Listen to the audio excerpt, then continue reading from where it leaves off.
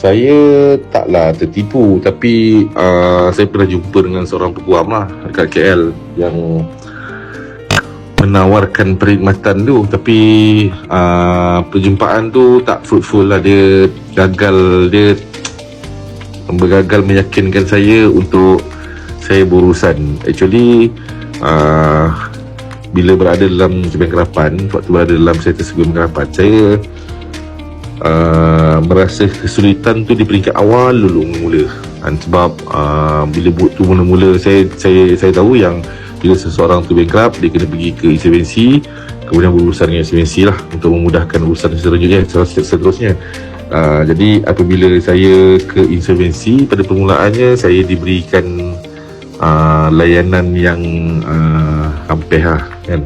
Saya diberikan layanan yang ampeh daripada diorang. Jadi menyebabkan saya putus hubungan dengan insolvensi untuk beberapa ketika.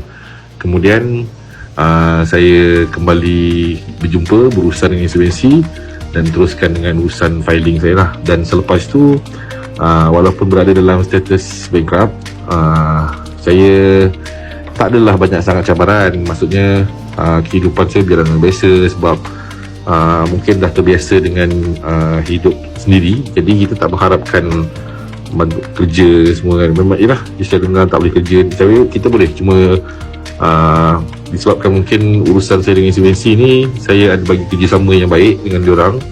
Jadi saya ada account bank, saya pernah pergi keluar negara kan. Jadi tak ada masalah banyak sangat pada saya. Jadi bila saya jumpa peguam tu, dia bagi saya macam-macam cerita. Jadi saya rasa aku tak buat tak apalah. Sebab aku pun tak adalah ni sangat kan. Aku tak adalah nak sampai nak berhabis banyak-banyak duit hanya bayar kau je. Yang tu baik aku bayar installment aku bulan-bulan.